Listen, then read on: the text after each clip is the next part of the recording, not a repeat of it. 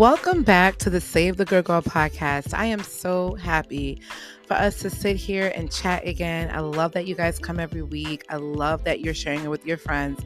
And for those who do not know me, my name is Erica E., the content queen of luxury. I love to provide quality content that you can see, hear, and feel.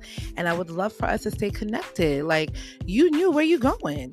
So please check me out on social media. Follow me on Instagram, Pinterest, Facebook, Threads, TikTok. And you can also go to my website, savethegoodgirl.com, and subscribe because I want you guys to get the luxurious newsletters that I send and also see the amazing blog posts that I write every single week. So I know that when you saw the title of this particular episode, you might be thinking, what am I talking about? Like, what is she talking about? What is going on? And we are going to get into it because I do feel like everything happens and it flows the way it needs to, right? So even with me doing this episode, something happened yesterday that prompted me to record this today and go into this topic today. So we're going to get into it and how I believe that listening to this episode and just kind of like having this thought process can really break generational curses. Let's talk about it. This morning, I woke up in a very fulfilled, calm, peaceful, excited type of mood. And the past couple of days, it hasn't really been like that for me. I've been like overthinking, overwhelmed, anxious, worrying, all the things. So this morning, I woke up and I was kind of thinking about all the things that I had to do today. And before I did that, I'm like, let me pray. Let me get my mind right. Let me pray. Let me get myself together. I had some waffles and some water. I took my vitamins and I was thinking about the episode that I was going to record. Now, I already had an idea of what I was going to record, and it was not going to be this episode. It really wasn't. I was going to discuss something else, which I will share with you guys next week. I'm very excited about this episode, super excited about this episode that I have coming up. And I was planning on recording that, like getting that together. But then something happened that really prompted to shift me. And because the information is so fresh and I'm so present in the emotion, I really want to express it right now. And it does tie into a lot of other things. And I'm like, wow, look at how things worked out. So during my hiatus, when I was gone from Save the Good Girl, I wrote down so many ideas of different topics I wanted to discuss, different things that I have thoughts on, things that were trending. And I'm like, oh, I have a thought on that, or I have an idea about this. I wrote down so many ideas and feelings as I was going through it. I was like, oh, let me jot this down. So I'm going through my list of things, right? Mind you, I already have a topic episode ready to go. I'm ready to go. But something shifted me somewhere else. And then I'm looking at my notes and I'm like, oh my God, this actually correlates to what happened yesterday. So now I'm going to switch and talk about this particular situation that occurred, what inspired me to do this episode, and how I feel about it, and essentially how it could really help you as well. Because I do not take for granted me getting on this microphone. I do not know who I'm going to touch. I do not know who's going to hear this. I do not know what's going to go viral one day. I have no idea.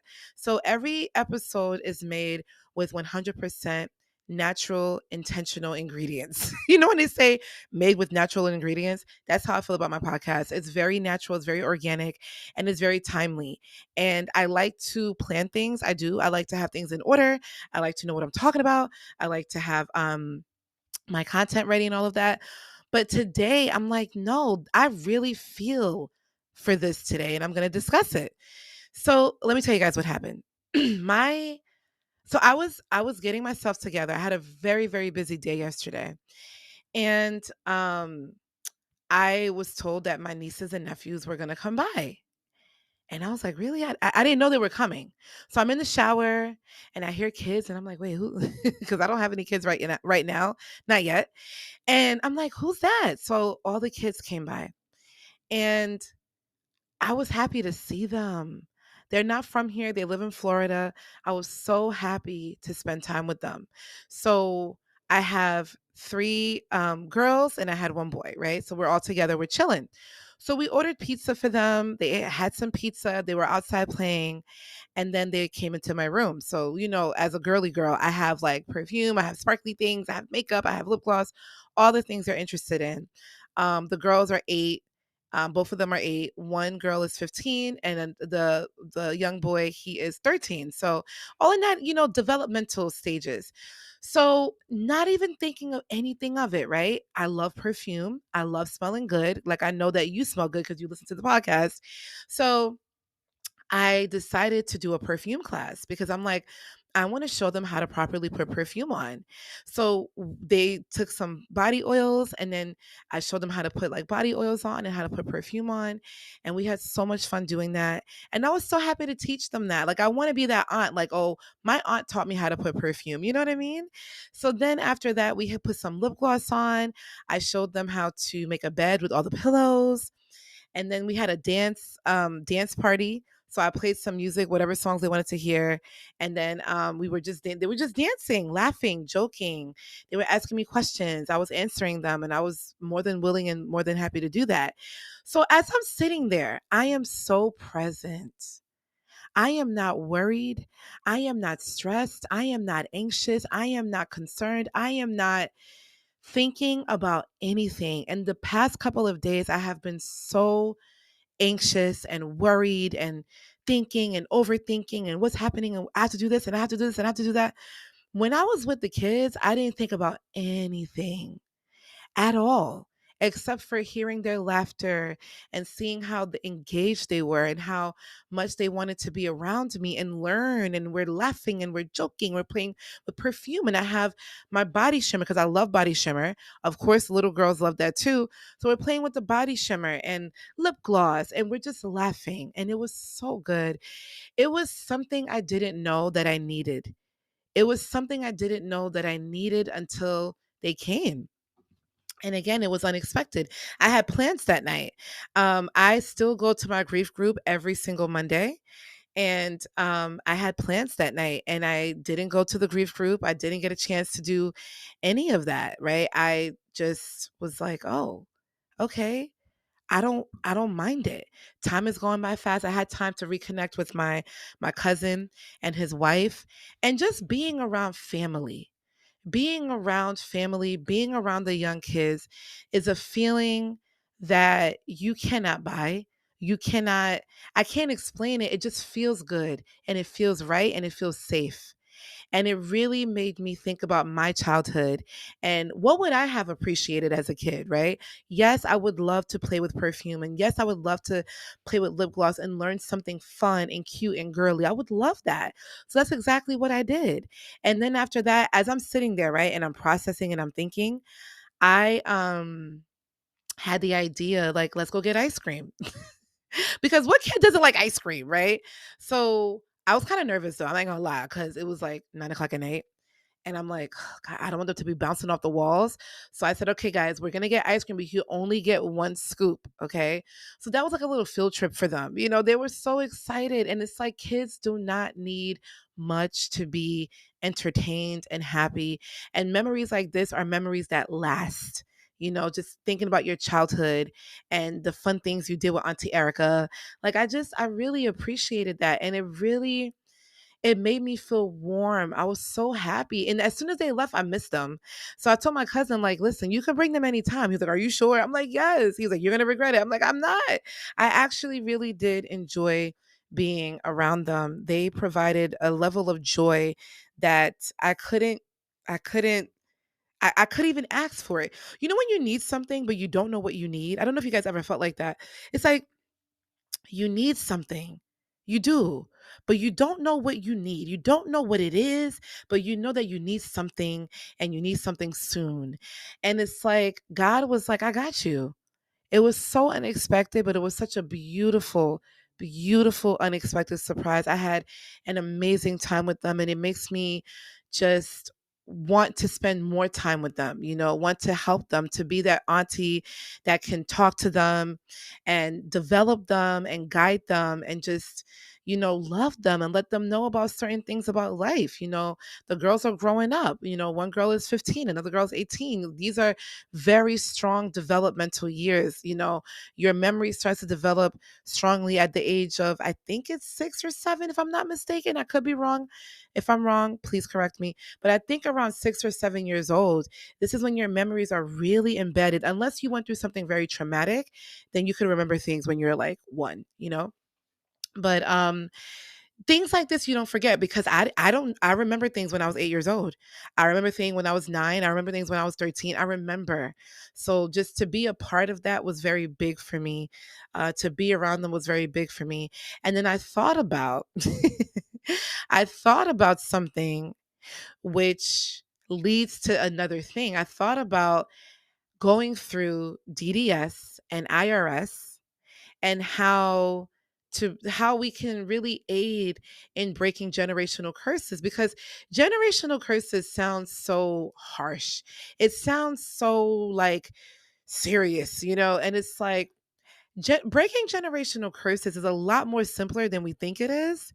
It's very simple, to be honest. Like, this is not something that you have to think about a master plan on how can I break generational curses.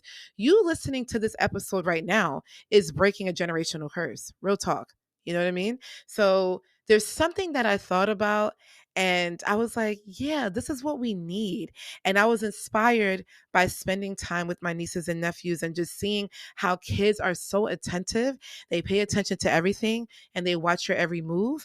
And as they get older, they don't forget, like me, right? I don't forget. I'm sure you're not forgetting certain things. So I wanted to provide that experience for them. And that is breaking a generational curse right there. So we need to talk about DDS and IRS. I know you're probably thinking, what is that? What are you talking about? And what does that have to do with generational curses? And I'm not talking about Internal Revenue Service. I ain't talking about them. I'm talking about something totally different. Let's get into that.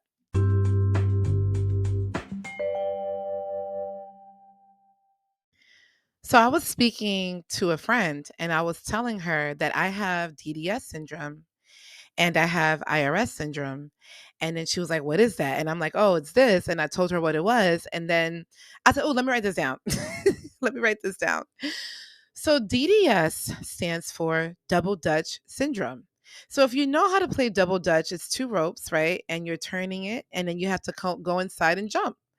And I feel like even when I was a kid, and I thought about this because when I was a kid, I was so scared to play double dutch because I was so nervous that the rope was going to hit me. So instead of jumping in, I was hesitating.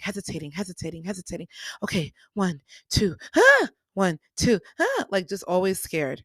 And I was like thinking about that with my life. And I'm like, I have a double dutch syndrome. I I I have this feeling to do something. I want to do something, but I'm scared and I hesitate and I don't start, and my fear holds me back, and I'm just kind of like just jumping in, but not jumping in, but wanting to jump in. I have the thought in my mind. So that's what I mean by DDS, is having this double Dutch syndrome where I did not jump in. And it took me a long time to double Dutch. And when I finally did, right, I felt so free. So what happened was this: we were in the schoolyard, they're turning the rope, da da da da. All the girls were jumping double Dutch. And there was one girl, she was like a double Dutch master. Okay, she would come in, spin, turn, jumps, hop, do it with one leg. I'm like, dang, you know? So I'm watching her and I'm like, I want to play double dutch because I only did regular rope, like one rope. And so we would practice, right? And like, okay, Erica, your turn. And I'm like, okay. But I would hesitate. And lunch is only but for so long. So then it's like, all right, sis, if you ain't gonna jump in, let somebody else go. And that was fair. That was fair because I wasn't jumping in. I wasn't. So it's like, let somebody else go, sis. You're not ready. Like, come on. So they're turning. So now the next day we go to school, turning. And I'm still like, one, two, okay, scared. Again, lunch break ain't but for so long. So finally, I remember that, I remember it was like a half a day actually. And I was like thinking about jumping in that double dutch. It was a real thing for me, something that I really wanted to overcome. And I remember I finally, it was like, okay, Erica, because I was always turning and stuff like that. They're like, go. So I did it, right? But I think the my friends at the time, they were just so happy that I finally got in the rope. So I got in and I messed up. And I just didn't want to mess up. So I was very like discouraged. And they're like, no, do it again. So I did it again and I had one jump and I was mad hype. So when I did one, I said, okay, let me do it again. I did another one. So what ended up happening was I wasn't scared anymore because at least I tested it out. I didn't get hurt. The world didn't crash and I'm okay. And I thought about that with life. What are you hesitating to do? Or what are you hesitating to say? What are you hesitating to acknowledge? Are you going through that double dutch back and forth, syndrome where you're overthinking and we're wasting time because somebody else has to go, you know, just like playing double dutch. So I thought about that. What am I hesitating to do? And if I don't do it, somebody else is going to do it and I can't get mad at that, right? So I thought about me and my hesitations and it didn't stop in childhood. It actually continued in high school, in college, after college, while I was working. And then I think I started to develop. I still have it now, but I'm a little bit more firm. But I still go through my moments especially when I'm creative. So I was going through this double dutch syndrome when it comes to dating. Should I say something? Should I not? I don't like the way he's talking to me. I don't like the way I feel around him. But I don't want to say anything. Maybe it's me. Maybe I'm doing too much. Maybe I'm dramatic. So I'm just rationalizing, making up excuses. Um, that's what I was doing. And it was all because of this double dutch syndrome and the fact that just jumping in, just saying how I feel. Now, right now, I will say I'm very direct and I say how I feel. So I don't have that issue right now. But before that was a problem for me. Very scared. And when you break it down, everything has a cause and effect, right? It's not just I'm this way. It's like, why are we this way? If there is a lab explosion or anything that happens, right? Anything that happens, they have to investigate what happened in the lab. What did we mix that didn't work? And how did this happen? Why did this happen? Who was there? It's a whole investigation process to figure out what happened. So why? It doesn't happen again. We don't need this explosion. This is not a good explosion. It will affect people. It hurt people. It's not okay. So when you think about it for us, right? What is happening in the lab? And what is the lab inside in our brains, in our heads, in our minds, in our thoughts, in our feelings? What's happening in the lab? Because if we don't figure out what's happening in the lab, we will explode and people will get hurt. They will. They will be affected. So everything that we do has nothing to do with us. Even though I talk to God all the time, I'm like, God, listen, I know you want me to put my voice out there to help others, but Lord, what about me? What about me? Um, and God's like, yeah, I got you, but you got a job. And I'm like, okay, fine. So everything that we do affects others. If we are able to understand what's happening in the lab, if we know that this and this does not work, it will explode. If we can prevent that from happening, how many lives are we saving? This is what I'm talking about when it comes to generational curses. How many lives are we saving when we actually take into accountability and consideration of what we're doing and intention? So now when I figured out that this fluid and this fluid can cause an issue, and if I mix it, people can get hurt, there could be problems. I'm not going to do that. So why would you do that to your friends? Why would you do that to your family? And you don't know that you're doing it. You don't know. This all comes to, thinking about how you react to things and how are you when it comes to certain situations. So when I realized I had this DDS syndrome, I said to myself, if I do not take certain steps to do something, it will not only affect me, it will affect other people. Me doing this podcast is breaking a generational curse. There's nobody in my family that has a podcast. No one has one. Now, if I have a cousin or a family member or a friend who says to me, Erica, I want to do a podcast, I am thrilled, ignited, and inspired to share with you how to get your ideas and thoughts out there. Are you guys following? Right? So that's how I feel about this. It's very deep, but the actions are not that deep. Sorry, guys. I'm like talking and I'm getting passionate. So I moved my mic. It's very deep, but the action is not that deep. It's not hard. It's a decision. It's a choice. It's something that I chose to acknowledge. It's something that I realized that I was doing and it's not good. And I didn't like it. I realized that having DDS syndrome prohibited me from having certain experiences in life. Having DDS syndrome prohibited me from being fully immersed with life. Having DDS syndrome prohibited me from really knowing my full potential because I'm not trying, right? I'm just saying the whole time. And did I feel like that when I did the podcast? Absolutely.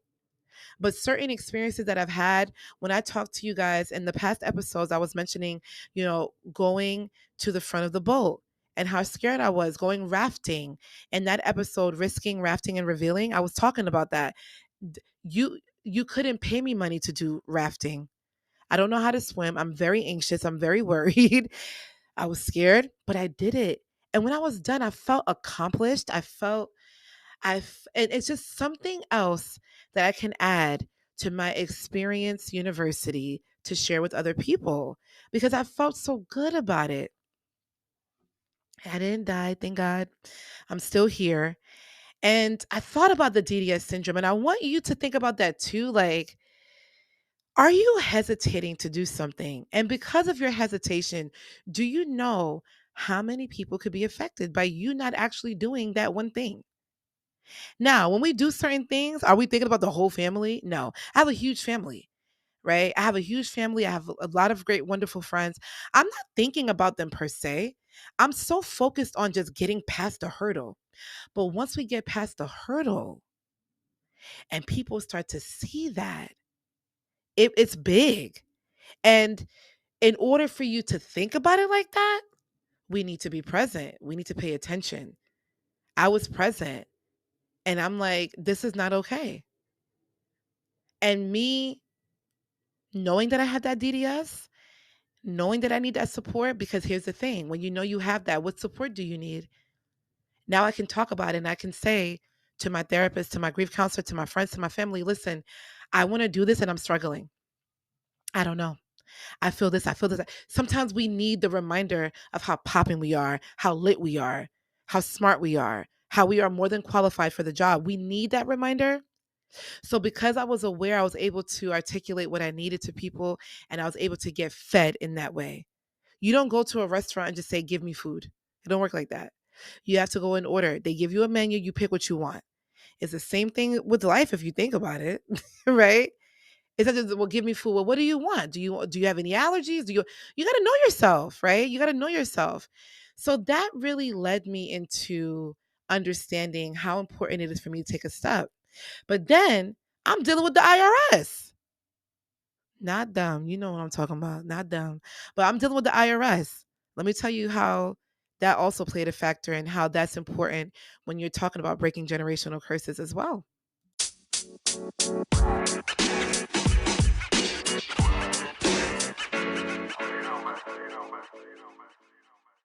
In the middle of playing with the girls and, playing with perfume and lip gloss and all of that, my little niece was like, "You have a podcast? I want to listen to it." And it made me so happy to hear her say that because, everything starts really early. And the IRS, which is the idea retention syndrome, is where you retain your ideas. You retain them.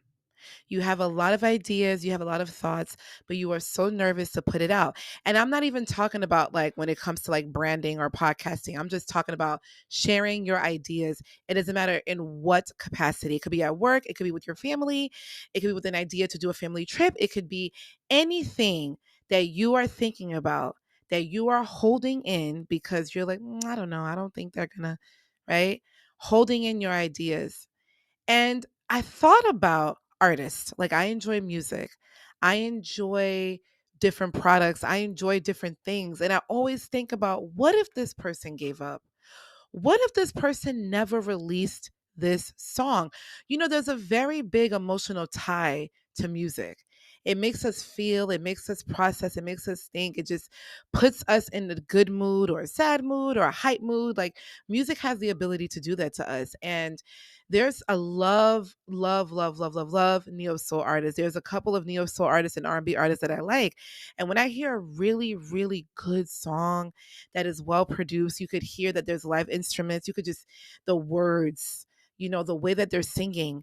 And I'm thinking to myself, what if this person never released this song? So I'm always amazed when I hear artists talk about how their biggest hits are hits that they didn't like or they were not going to release. And it's like, what if they never released it? We would never have the opportunity to enjoy it. What if that person never opened up your favorite restaurant? What if you didn't have the chance to get your favorite, I don't know, clothing, right? Somebody had an idea for that shirt. Somebody had an idea for that bag. So I thought about idea retention syndrome and how detrimental that is to us, because there's somebody out there who would love your ideas. And do I go through that? Yes. I go through my idea retention syndrome because I'm very quirky. I'm very I love sparkles. I love color. I just, my mind is just different. It is very different. I'm a creative. Anybody who's a creative, you already know your mind is just a little different. You think about things a little differently. And I just, I thought about how I had a lot of ideas. I had a lot of ideas when I was in my early 20s, when I was told to do a blog then, and I never did it. I had ideas. I mean, people would share things with me, and I would just think about things, and I never executed it because of fear, because of, are they going to get it? Is it going to look right? Is it going to sound right? I mean, a lot of people have podcasts. Why should I do one? My website, okay. My Instagram, I mean, okay. But the truth is, because what's so interesting? When it comes to us, it's so hard for us to get out of our heads, right? But when we see other people do it, we are like, yeah, that's amazing. You should do it. Like, we're so encouraging when it comes to other people. When it comes to us, it's like, no. So I thought about the IRS, because when we retain our ideas, we are also stopping the process to break generational curses. How do you think generational curses are being broken? It's when somebody actually takes a stance to go against what they have seen in their families. And how does that happen? You have to go and think about certain ideas, action steps, internal motivation, intention, all of these things. When people say, I am the first in my family to go to college, I am the first in my family to get an MBA, I'm the first in my family to be an entrepreneur, I am the first in my family to whatever, fill in the blank, right? When these people are doing these action steps, they are not thinking about being the first. They are thinking about surviving what they're going through. They're dealing with a lot of emotional stress, and they have an internal strong why, and that's why they're doing it. That's why. So I thought about the IRS. I thought about the examples that I had within my own family, what I've seen with my cousins and how they rocked and how they move. The whole process of how I date men is based on what I saw with my cousins and my dad, right? I will never forget, my cousin was getting ready to go on a date, and he cleaned his car. He got a haircut. He looked amazing. He looked great. So I went on a date, and this guy had a pom pom. Like, are you a cheerleader? A whole pom pom, would not take off his hat because he did not get a haircut. And I was disgusted because I felt like my cousins would never do that. They're always up to par. They always smell good. They always look good. The car is clean, haircut. They look good. They take care of themselves. So when I go on a date with a man who's not doing that, it is a shock to me. It is a shock because it's like, what? What it ill. I was not happy with that date, and I left the date early because, like, first of all, he knew about this date 2 weeks in advance. Why didn't you get a haircut? You should have rescheduled. So you know what I mean? Like, but to be fair, right? My examples when I was growing up. When my cousin was getting ready to go on his date. Well, how old was I? Maybe 11? You know what I mean? 11 years old, maybe 12. I was young. And I saw that. I'm like, "Ooh, where are you going?" And he was like, I'm getting ready to go out with my girlfriend. I want to make sure that his car was clean." And the reason why I knew that his car was clean because I was eating gummy bears or something. He said, "Erica, make sure you don't dirty my car. My car has to be clean." I remember that. I remembered that. So when I think about the IRS, the idea retention syndrome, because I don't want them to come and listen to this episode, you know they be watching. But the idea retention syndrome, I think about the magnitude of how we really are affecting a lot more people than we think because we are not putting our ideas out there. You want to spend time with your family? Hit them up. You want to do a family reunion? Do it. You want to spend time with your aunts? Go. You want to spend time with your friends? Do it. You have an idea to create something? Do that. You want to create your own business selling cookies? Why not? You want to start a YouTube channel? Why not? You want to do something amazing when it comes to science and technology? Why not? You have an idea? Why not? If you think about it, everything that we own is based off of an idea. My microphone, the internet, your phone, our sheets. Somebody had to think about these things. Who thought about them? So I feel like it's so important and vital for us to understand that when we retain the gifts that God has given us to put things out there, we are really doing a disservice to more people than we think. When you encourage one person to do something, you think about how everybody in their life is now affected. I have encouraged people to do many things, and it's not only them that they're affected, that energy is a residue that hits other people around you. When you are moving in a certain way and people like the way you moving, they're going to move in that certain way too. And then they're going to bring that energy to their family, their friends, their children, their spouse. Everybody gets affected in a different way. So I had to push myself to create my brand and put myself out there. It was a hard push. Was I thinking about breaking generational curses? No. It was no. I was in my mind like I need to get this done, but I wasn't thinking about how this could really affect my little cousins, my nieces, my nephews. I wasn't thinking about that at the time, but it does. Everything that we do has a cause and effect. Everything we do has a residue to it. Everything we do is being monitored.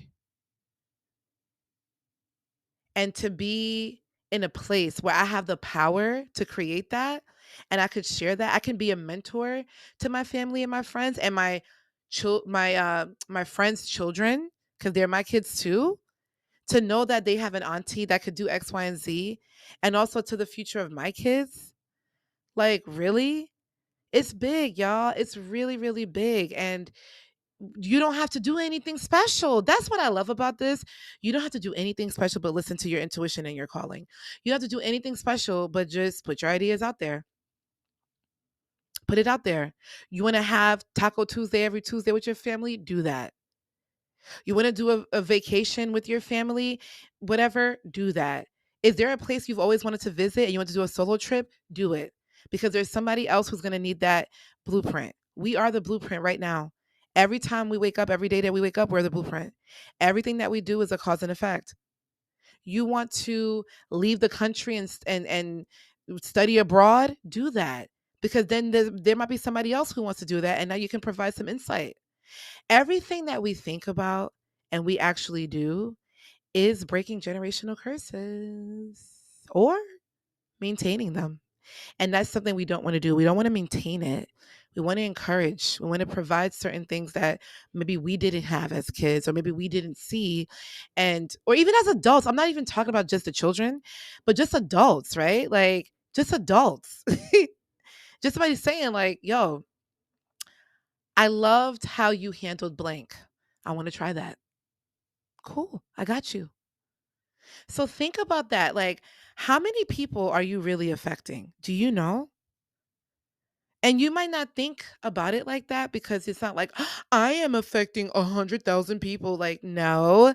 But it's like, how many people are you really affecting when you say certain things and do certain things and put your ideas out there and your thoughts? How many people do you think you're affecting? One person, right? They are in the world dealing with strangers, family, friends, spouse, work. You think about how if you change the mindset of one person, what that really does to everybody else around them, how huge that is.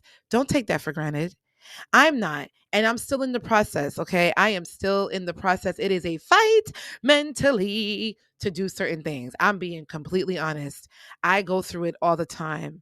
It is a fight. Me doing this episode actually is a battle fight because I was going through so much last week, like mentally. And I'm like, no, I want to be consistent.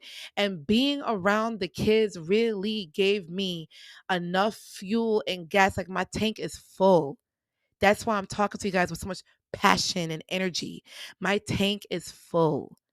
And I am so grateful for them. I am so grateful to be in their presence. It was an honor to be around them. You don't know the magnitude of how important you are until you're in another environment. You don't know. And everything has a cause and effect.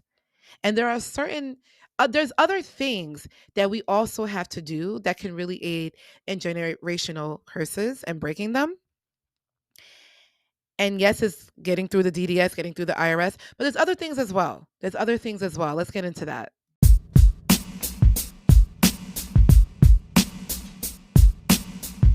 I wanted to point out that there is a lot of wonderful information about generational curses, the history from mental health care professionals, from other people who have studied this. There is a deeper meaning behind this, and I'm not taking away from that at all. When I mentioned that breaking generational curses are a little bit more simpler. I'm talking about you actually doing you fighting against what you have seen, you acknowledging that there is a generational curse. Because how do you know how to break something if you don't know that it needs to be broken down? How do you know that? If you think that this building is fine, not realizing that the whole infrastructure needs to be broken down and just built up again. If you don't know that, then you're just going to live in a broken building your entire life. And what I'm saying is, you don't have to do or be much to be an inspiration. Being a millionaire, billionaire, that's cute and all, but there's so many things that you are doing right now in your daily life that is a huge difference. Huge, huge. If you are setting boundaries, that's breaking generational curses. Maybe your family doesn't know that. If you're starting your own thing and nobody in your family has, that's breaking generational curses. If you share your ideas, whatever it is that you've seen in your family that is not being done, and you are doing it, I don't care if it's learning how to make a new dish, I don't care if it's teaching your family about certain pots for your health. I don't care what it is. It is a big deal. You are causing your family and those around you to realize what ease feels like. When you break a generational curse, what happens is you insert a body butter soft life. You are allowing people to understand that there's more. You are allowing people to understand that if I could do it, you could do it too, and I'm going to help you do it. If you're the first in your family to be a homeowner, do you know how big that is? How huge that is? To own your own property, your own land, it's yours. If you are the first person to um learn how to swim, I don't know, I'm just making things up. That's big. Because all it really does is shows that there is proof, physical proof in close proximity to me that I can do X. Yes, I think representation matters huge. I think it's big. I think watching TV and seeing us represented is phenomenal. And I love that. But how awesome is it to say you know someone who's doing something phenomenal? I have a lot of friends who are business owners who are doing it. That is inspiring to me. I have family members who are advancing their degrees and opening their own businesses. That is inspiring to me.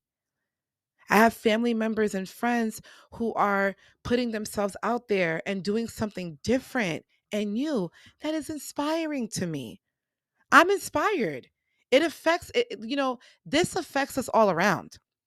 It's not just like I'm here to affect you, but if it affects us all around. Every step that we take is huge. It's major.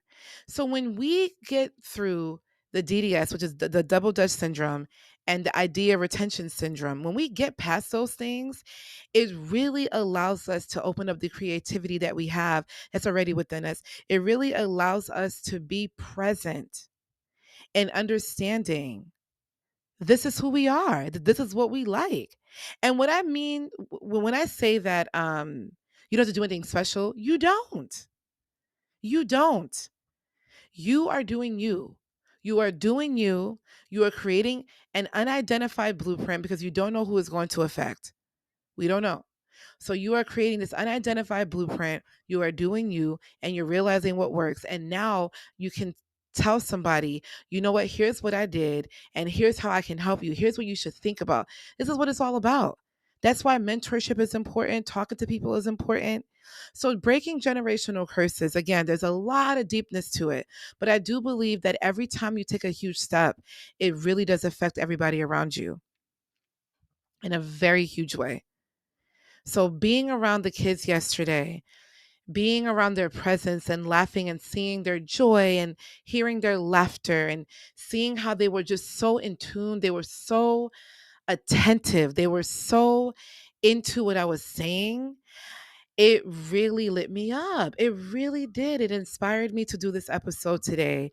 It inspired me to understand that everything that I do will continue to be intentional. A lot of people are not intentional with what they're doing. They don't think about it in that way. I do. I don't know who this episode will touch or who it will inspire. Maybe you're listening right now thinking, I do have an idea. I do want to do this. I do want to do that. And maybe after listening, you're like, you know what? I'm going to do it. Generational curses is also healing. So I also want to add that it may not have nothing to do with your degree, your business, your nothing, because your attitude and your character and your demeanor as a person, your growth and development as a person is the biggest generational curse breaker there is. Your healing is massive. Do you know how much trauma there is in families? How much sadness there is in families, how much there's so many themes that occurs. When you make a decision to heal, when you make a decision to understand what's going on and see how you choose to participate in that environment, when you decide I need boundaries, when you decide I need self-care, when you decide because you haven't seen that. All of my family members, they work so hard and I love them for that. They don't know what self-care is. It's now we're trying to teach them that, right? They don't know what that is. So generational curses, not only does it come back to the new generation, it reverses. It helps the older generation as well. There is so much that can happen with you taking the step to go to therapy. There is so much that happens when you take the step to acknowledge that you have an anger problem. There is so much that happens when you take a step and realize I am insecure and I do not like this and this and this about me. There is so much that happens when you acknowledge that I'm doing great. Actually giving yourself props. Maybe you didn't receive that growing up. Are you guys following? Right? Maybe you didn't receive that. Complimenting yourself. Who does that? Celebrating yourself. There is so much that happens when you celebrate yourself and you travel. Maybe your family didn't travel. Now you're traveling. Everything you didn't get, now you want to aspire to have. And when you do that, you become an example. You become a blueprint. You become more than what you think you are. It has nothing to do with I have to be a business owner to break generational curses. I have to get my degree to break generational curses. I have to get this car to break generational curses. I have to be a billionaire. No, no, no, no, no. Healing.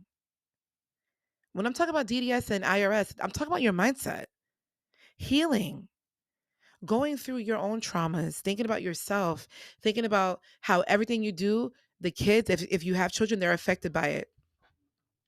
Understanding what you didn't get growing up and how not to be that same not to give that same energy to people around you.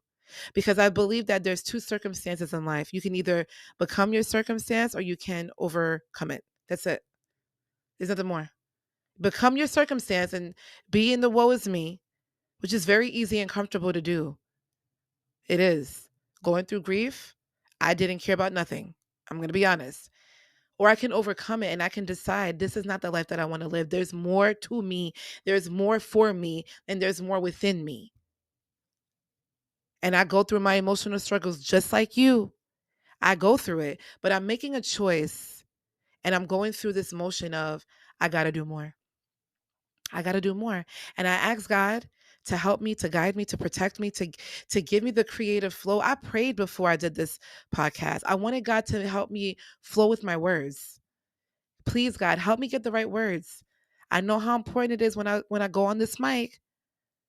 Somebody's listening. Help me do it right. So I challenge you to think about the things that you're doing, the daily things that you're doing that could possibly be breaking generational curses. You going to get coffee and sitting down in a coffee shop, that's breaking a generational curse. Maybe your mother never did that. You traveling and seeing the world, boom. You're going to therapy? Oh, amazing. You're doing grief counseling? Amazing. You tell people how you feel? Amazing. You know boundaries? Amazing. What are you doing on a daily basis? What do you think that you're doing on a daily basis that can cause you to break generational curses? I want you to look at it in a way that's not so harsh. Just know that every simple step that you're doing and everything that you say, right, to people, they don't forget. So when I was talking to the kids yesterday, we played a gratitude game. So I made them, we got ice cream. And on the car ride home, I did not play any music. I said, guys, we're going to play a gratitude game. And my little cousin said, what is gratitude? And the joy that I felt to define what gratitude is to her. And now she knows. So we're in the car. I said, I'm going to play a game with you. Everybody has to say 5 things they are grateful for. And they all said 5 things that they were grateful for. And why did that happen? Because I'm very big on gratitude myself.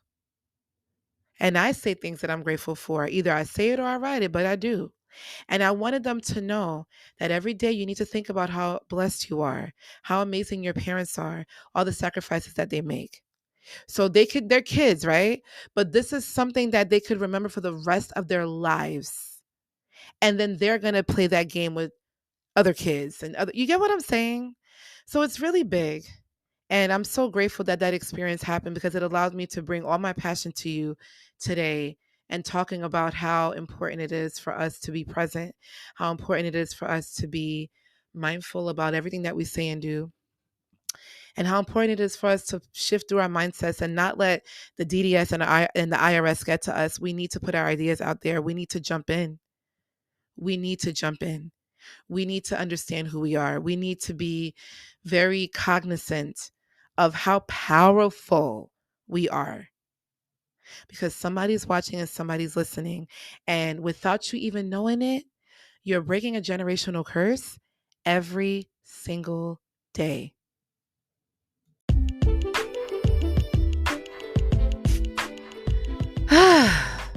I felt really good recording this episode. Like I feel renewed. I felt really good. And I hope that you also received really great value from this and it really caused you to think about breaking generational curses in a very different way. And if it did, as always, I would love to hear your feedback. Please send me a message on savethegirlgirl.com in my contact section, or you could find me on social media and DM me, send me a comment, follow me on Instagram, Pinterest, TikTok, Threads. I'm all over, boo. So you're going to find me. And this episode is dedicated to my nieces and nephews. This is dedicated to Ariel. This is dedicated to Izzy. This is dedicated to Aaliyah and Makai. You four really inspired me. I loved being around you. And just know that Auntie Erica is doing everything that she can to be an inspiration to you, but you are also a huge inspiration to me. And please do your homework and listen to mommy and daddy. So thank you guys so much for listening to the podcast. I loved this conversation. I really hope you did too. And just know that everything that you're doing is a cause and effect for something else, and that people are watching and people are paying attention, and you are the blueprint for an unidentified person. We don't know who that person is, and that generational curse breaking is not something that's out of touch for you. You can do this right now, and it simply starts by making a choice. I'll talk to you next week, guys. I can't wait. Have a wonderful, wonderful week, and do that thing.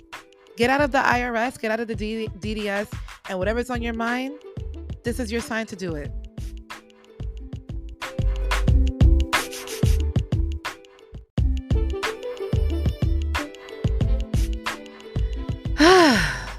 I felt really good recording this episode. Like, I feel renewed. I felt really good. And I hope that you also received really great value from this, and it really caused you to think about breaking generational curses in a very different way. And if it did, as always, I would love to hear your feedback. Please send me a message on savethegirlgirl.com in my contact section, or you can find me on social media and DM me, send me a comment, follow me on Instagram, Pinterest, TikTok, Threads. I'm all over, boo. So you're going to find me. And this episode is dedicated to my nieces and nephews. This is dedicated to Ariel. This is dedicated to Izzy. This is dedicated to Aaliyah and Makai. You four really inspired me. I loved being around you. And just know that Auntie Erica is doing everything that she can to be an inspiration to you, but you are also a huge inspiration to me. And please do your homework and listen to mommy and daddy. So thank you guys so much for listening to the podcast. I loved this conversation. I really hope you did too. And just know that everything that you're doing is a cause and effect for something else, and that people are watching and people are paying attention, and you are the blueprint for an unidentified person. We don't know who that person is, and that generational curse breaking is not something that's out of touch for you. You can do this right now, and it simply starts by making a choice. I'll talk to you next week, guys. I can't wait. Have a wonderful, wonderful week, and do that thing. Get out of the IRS, get out of the DDS, and whatever's on your mind, this is your sign to do it.